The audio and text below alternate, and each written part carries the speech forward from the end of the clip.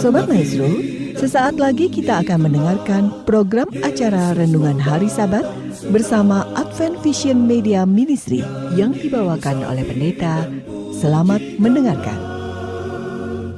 Yesus mau datang segera.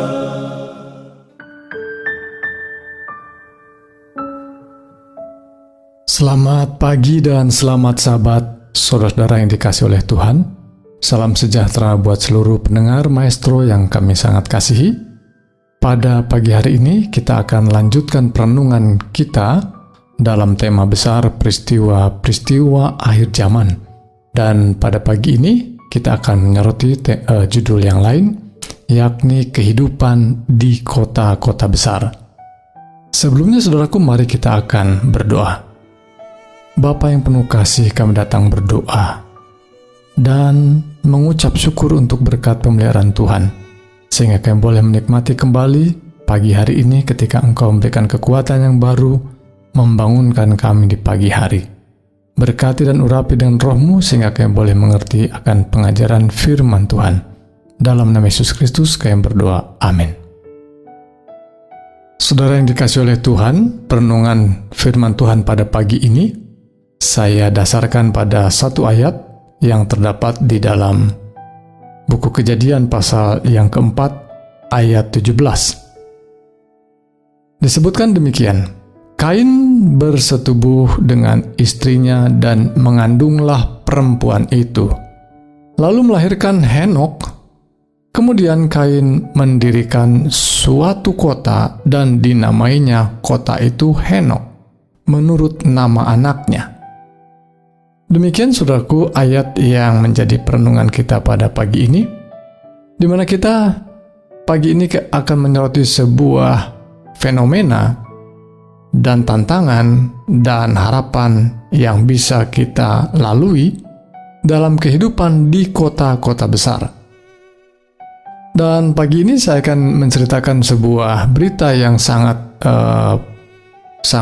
viral tentunya, di mana diberitakan di berbagai media, dan salah satunya media itu menceritakan tentang dua orang yang meninggal dikeroyok oleh satu geng motor namanya Eki dan Vina, yang terjadi pada beberapa waktu yang silam, di mana kejadian itu terus digali dan digali hingga akhirnya sekarang ketahuan sesungguhnya bagaimana orang itu meninggal dan bagaimana siapa orang yang melakukannya. Saudaraku, ini sudah terkubur beberapa tahun cerita ini, tetapi rupanya baru kini terungkap. Bagaimana terungkapnya mungkin bukan cerita yang saya ingin bagikan pada pagi hari ini, tetapi kita mau menyoroti betapa hidup di perkotaan. Cerita yang tadi adalah salah satu yang terjadi di sebuah kota besar, tentunya di Cirebon. Dan kota-kota besar, kota dalam arti dalam ayat Alkitab tadi adalah sebuah kota didirikan oleh salah seorang keturunan dari Adam dan menunjukkan harapan, menunjukkan pencapaian yang ingin diraih oleh seseorang. Mendirikan kota pada zaman dahulu tentu saja berbeda dengan kota zaman sekarang. Kota zaman dulu selalu kota yang berbenteng, kota yang dilindungi oleh benteng. Dan tentu itulah batas-batasnya. Seseorang harus keluar masuk melalui pintu tertentu, pintu gerbang untuk keluar masuk kota. Tetapi mungkin sekarang ketika kita mau masuk ke Jakarta, dari kota Bandung atau ke Garut atau ke Tasikmalaya, tidak ada benteng yang harus kita lalui atau gerbang tertentu yang harus kita lalui. Dan kehidupan perkotaan ketika Alkitab mencatatkan ada sebuah kota yang didirikan, sebuah monumen untuk menunjukkan kehebatan manusia. Tapi saat yang sama ada banyak persoalan yang muncul. Dan saya ingin bagikan bahwa banyak catatan dalam tulisan atau artikel yang dibuat oleh para ahli untuk menunjukkan bahwa betapa kota itu membuat atau menumbuhkan berbagai persoalan hidup.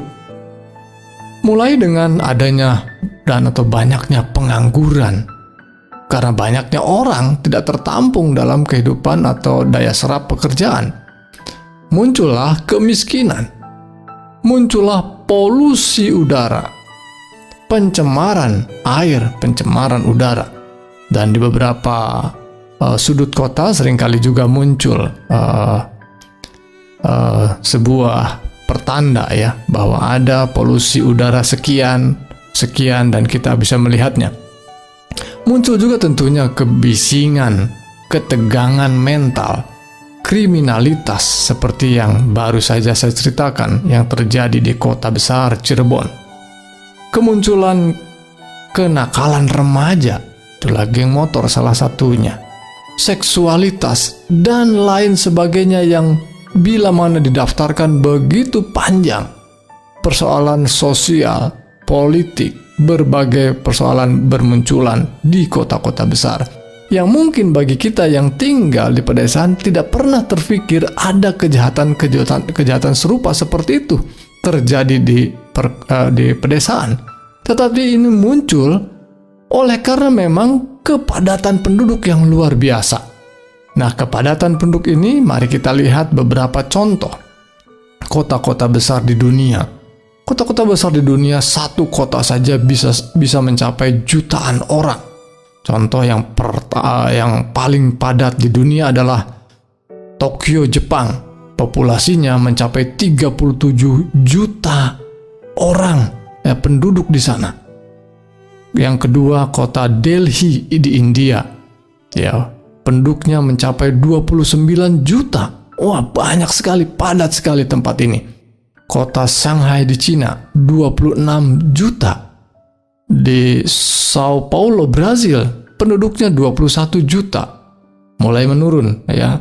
Nomor 5-nya adalah Meksiko. Penduduknya 21 juta, mirip dengan Sao Paulo, Brazil. Kairo, penduduknya kota ini 20 juta, kota yang cukup padat rupanya. Dhaka, ya kota Dhaka di Bangladesh 20 juta penduduknya. Mumbai di India 20 juta juga, Beijing Cina 20 juta, dan Osaka Jepang penduduknya 19 juta. Wah, saudaraku, penduduk yang begitu padat di sebuah kota menimbulkan banyak persoalan-persoalan yang seperti saya sampaikan tadi. Mungkin kita bertanya, saudara, kalau kota di tempat kita tinggal, misalnya di Bandung, kita ini nomor berapa ya?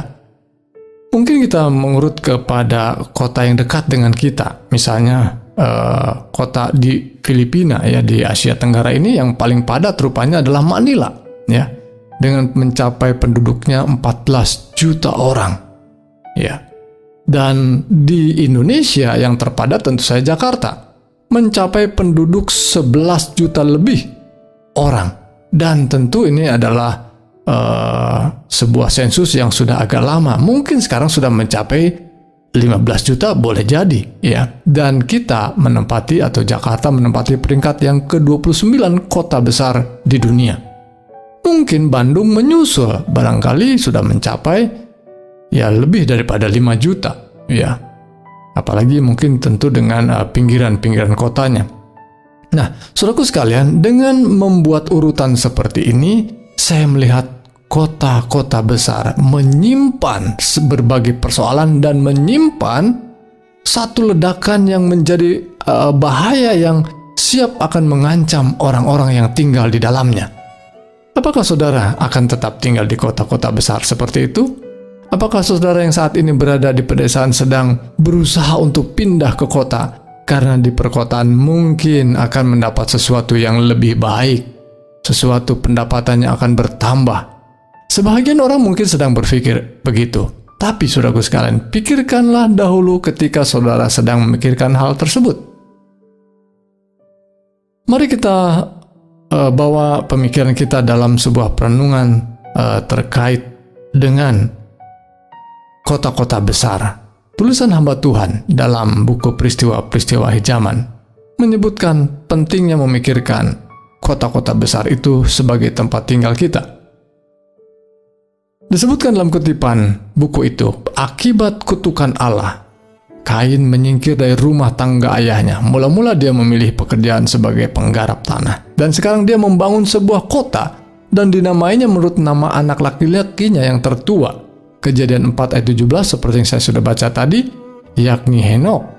Dia sudah melarikan diri dari hadapan Tuhan, membuang janji akan Firdaus yang dipulihkan untuk mencari harta dan kesenangannya di bumi di bawah kutuk dosa. Dengan demikian berdiri sebagai pemimpin golongan besar manusia yang menyembah ilah dunia ini. Saudaraku sekalian, pendapatan saya melayani di sebuah gereja di Bandung ini, dan salah satunya saya melayani pelayanan ke anak-anak jalanan. Dan ketika saya berbincang dengan kelompok mereka dan kami asuh, memberikan berbagai keperluan mereka yang kami sanggup lakukan. Dan ketika perbincangan lebih dalam lagi, saya mendapati bahwa orang-orang ini adalah orang-orang yang punya masalah dengan keluarga mereka, masalah dengan orang tua mereka. Ada percecokan yang tidak terselesaikan dan mereka melarikan diri dari orang tuanya, entah pergi kemana, yang penting keluar dari rumah. Dan ketika di luar rumah tidak ada yang mendukung secara finansial, kebutuhan mereka sangat mendesak dan tidak ada yang memberikannya, ya terpaksalah mereka tinggal di pinggir jalan. Baik sepanjang hari tentunya, sepanjang malam mereka harus tinggal di pinggir jalan dengan seadanya. Dan saudaraku sekalian, bertahun-tahun mereka demikian hidupnya. Dan mereka merasa menderita tentunya. Tetapi saudaraku sekalian, ada sesuatu yang aneh muncul. Ketika kami melihat penderitaan itu, kami mencoba menyewakan satu rumah kontrakan untuk mereka tempati dan mereka bisa nyaman di sana. Tetapi ketika beberapa waktu kemudian saya datang mengunjungi mereka, melawat mereka, saya tidak mendapati rumah itu diisi. Mungkin mereka sudah berangkat dan saya mungkin berpikir lagi, mungkin besok-besok saya akan mengunjungi mereka lebih pagi lagi. Dan ketika saya kunjungi, mereka juga tidak ada di tempat. Rupanya mereka sudah pergi dari rumah itu. Saya coba jalan-jalan lagi ke pinggiran jalan, di mana mereka biasa mencari nafkah, dengan memungut berbagai barang-barang rongsokan yang mungkin bisa dijual kembali. Dan ketika saya menemukan mereka dan kemudian bertanya lagi, mengapa kalian tidak tinggal di rumah yang kami sediakan? Jawabannya sungguh mengagetkan, saudara. Mereka mengatakan, Pak Pendeta, kami lebih nyaman dan lebih betah tidur di pinggir jalan, di pinggiran toko. Wah, saya sungguh kaget mendengar jawaban ini. Karena kita pikir akan lebih nyaman kalau tinggal di rumah yang kita sewakan. Tetapi jawaban itu menunjukkan bahwa mereka lebih sekarang sudah menikmati sesuatu yang sesungguhnya tidak nyaman. Mereka katakan, kalau makan ada banyak orang yang suka ngasih makan. Minum, tinggal minum juga. Banyak orang yang kasih minum. Kalau saya di sana tidak perlu pikirkan listrik, tidak perlu menyapu dan tidak perlu mengepel, tidur tinggal tidur. Jadi saudaraku sekalian, kehidupan seperti itu dianggapnya lebih nyaman. Jadi dunia sungguh terbalik, saudaraku sekalian. Itulah mental yang dalam kehidupan di perkotaan membuatnya terbalik, saudaraku sekalian. Dan banyak orang yang tinggal di perkotaan ini mempunyai mental yang seketika mereka datang tidak demikian, tetapi sudah membalikkan kenyataan dan kerinduan mereka yang sesungguhnya. Mari kita lihat kutipan-kutipan selanjutnya. Untuk sementara keturunan Nuh terus menetap di antara gunung-gunung di mana bahtera itu terdampar. Sementara jumlah mereka bertambah banyak, kemurtadan segera membawa mereka kepada pemisahan. Mereka yang ingin melupakan khalik mereka dan melepaskan ikatan hukumnya, merasa terganggu terus-menerus dengan pengajaran dan keteladanan teman-teman mereka yang takut akan Allah. Dan selang beberapa waktu mereka memutuskan untuk berpisah dari penyembah-penyembah Allah itu. Maka mereka mengembara ke lembah Sinear di tempat sungai Efrat. Disinilah mereka memutuskan untuk membangun sebuah kota, dan di kota itu sebuah menara yang sangat tinggi untuk membuatnya keajaiban dunia. Ya, tentu kita mengenal cerita ini, Menara Babel yang dimaksudkan. Dan saudaraku sekalian, kita lihat catatan yang diinspirasikan Tuhan ini juga tepat sekali, saudaraku sekalian. Mereka itu terganggu di kehidupan yang normal, di kehidupan yang menuruti akan perintah Tuhan. Aturan-aturan itu membatasi kehidupan mereka. Mereka ingin bebas keluar dari lingkungan mereka, keluar dari rumah orang tua mereka, ingin bebas sebebas-bebasnya. Di dunia yang bebas itu ternyata juga tidak bebas. Ada banyak aturan-aturan yang mengikat mereka. Dan kota-kota besar, kota-kota yang dimaksudkan tadi adalah kota-kota yang menyimpan persemaian kejahatan. Kutipan itu juga mengingatkan kita, mengejar kesenangan dan hiburan berpusat di kota-kota besar. Banyak orang tua yang memilih sebuah kota sebagai tempat tinggal anak-anaknya, berpikir untuk memberikan kepada mereka keuntungan-keuntungan yang lebih besar, menemui kekecewaan dan terlalu terlambat menyesali kesalahan mereka yang mengerikan itu. Kota-kota besar sekarang ini dengan cepat menjadi seperti Sodom dan Gomora. Banyaknya hari libur mendorong kemalasan. Ya, banyak orang ingin banyak tanggal merahnya, tetapi ternyata bukan untuk refreshing dalam arti dari kepenatan pekerjaan, tetapi bahkan mendorong kemalasan, ya, berleha-leha. Rekreasi yang menarik yang ingin dicapainya juga mengunjungi tempat pertunjukan, pacuan kuda, perjudian, minum-minuman keras, dan bergembira ria. Ya, itu merangsang setiap nafsu sampai ke puncaknya. Orang-orang muda terseret arus kepopuleran. Luar biasa, saudaraku sekalian.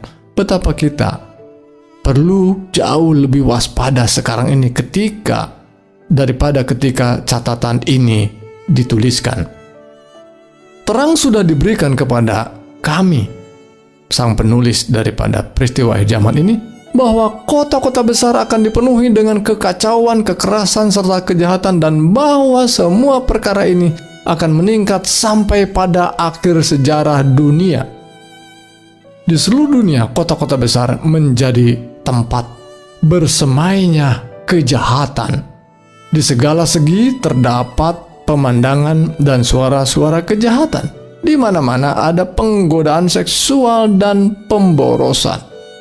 Apa yang saya ceritakan di awal tentang dua orang muda yang dihabisi, dihajar sampai mati oleh sebuah geng motor, itu sesuatu yang mungkin sudah lama terkubur berita-berita ini, tetapi sungguh cerita-cerita ini adalah salah satu cerita dari sekian banyak cerita atau berita yang sesungguhnya terjadi di tengah-tengah masyarakat kita. Dan tentunya sekarang ini sedang terjadi hukuman-hukuman bagi kota-kota besar. Dan bila mana ada nubuatan bahwa Tuhan akan menghukum kota-kota besar, kota-kota yang menyimpan kejahatan tadi, seperti Sodom dan Gomora. Tetapi, saudaraku sekalian, sebelum Tuhan menghukumnya, ternyata juga kota-kota itu sudah hancur oleh kejahatan mereka sendiri, oleh kejahatan orang-orang itu sendiri.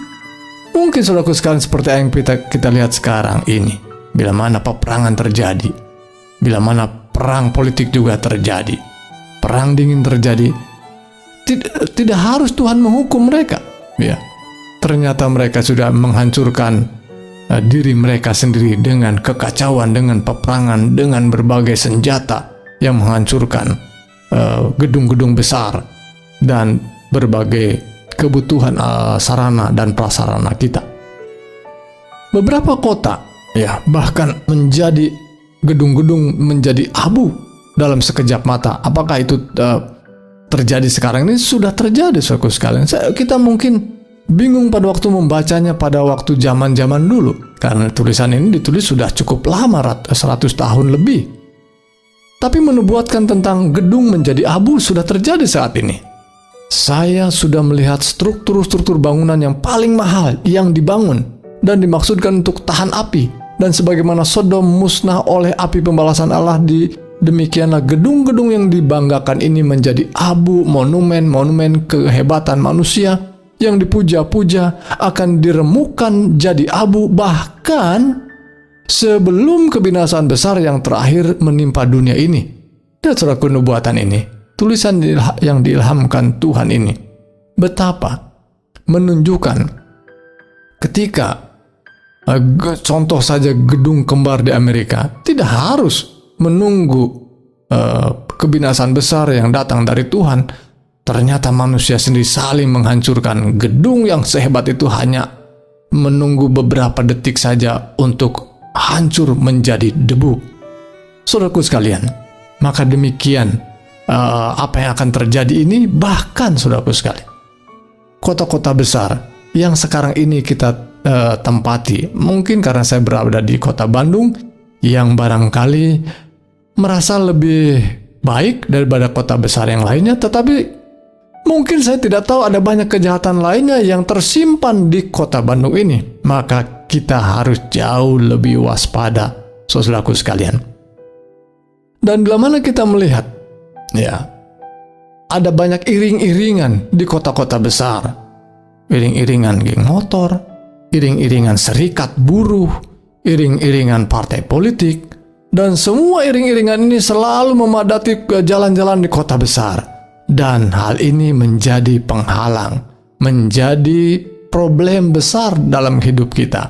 Dan saya ingin bacakan satu kutipan yang menubuatkan hal ini, yang pada waktu itu belum ada iring-iringan seperti itu, serikat-serikat seperti itu. Ya. Dalam kutipan itu disebutkan, dalam buku peristiwa-peristiwa akhir zaman, setan sedang sibuk bekerja di kota-kota kita yang ramai. Pekerjaannya itu terlihat dalam kekacauan, pertentangan dan perselisihan antara buruh dan majikan, dan kemunafikan yang telah merasuk ke dalam gereja-gereja. Keinginan daging, kesombongan mata, pameran, sifat mementingkan diri, penyalahgunaan kekuasaan, kejahatan dan kekerasan yang digunakan untuk memaksa orang-orang bergabung dengan perkumpulan-perkumpulan serta serikat-serikat, mengikat diri mereka dalam berkas-berkas yang akan dibakar dengan api besar akhir zaman. Semua ini adalah pekerjaan dari kaki tangan iblis. Saudaraku yang dikasihi Tuhan, mungkin inilah hal yang boleh saya bagikan dalam menunjukkan apa yang sedang dan akan terjadi terus di kota-kota besar, sehingga kita perlu mempertimbangkan kembali untuk tetap tinggal di perkotaan. Sekalipun Tuhan mengingatkan bahwa jangan terburu-buru meninggalkan kota besar itu, karena ada umat Tuhan yang harus dijangkau. Itu sebabnya ketika Tuhan masih izinkan kita berada di kota-kota, kita dipanggil untuk memberitakan kabar keselamatan. Kabar yang akan membawa kita semua dipersiapkan menjadi pribadi-pribadi yang akan siap menanti kedatangan Tuhan yang kedua kali. Inilah perenungan kita pagi ini. Tuhan berkati, mari kita berdoa. Bapa yang bertahta di dalam surga, terima kasih untuk firman Tuhan yang pagi ini kami boleh mengingat dan merenungkan betapa hidup di tengah-tengah perkotaan ada banyak ancaman yang kami harus waspada dan terus bergantung pada Tuhan. Roh Kudus yang Engkau janjikan, biarlah menjadi bagian kami untuk membimbing dan melihara kami. Tuhan berkati kami sepanjang hari ini, sepanjang hari Sabat ini kami boleh berbakti dan memuliakan nama Tuhan. Mohon berkat untuk saudara kami yang saat ini mungkin dalam lemah iman, teguhkan dan kuatkan saudara kami ini. Berkati mereka yang sakit, oleh karena fisik mereka lemah dan mungkin sudah cukup lama menderita sakit Tuhan. Kami mohon jamahan tangan Tuhan yang penuh kuasa memberikan kekuatan dan kesembuhan. Kami minta di dalam nama Yesus Kristus, yang adalah Tuhan, Juru Selamat dan Penyembuh kami yang ajaib. Amin.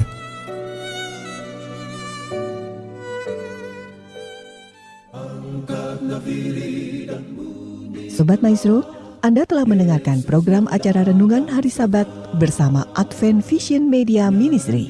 Untuk tanggapan pendengar, hubungi 087 888 777 689. Terima kasih atas kebersamaan Anda. Tuhan memberkati.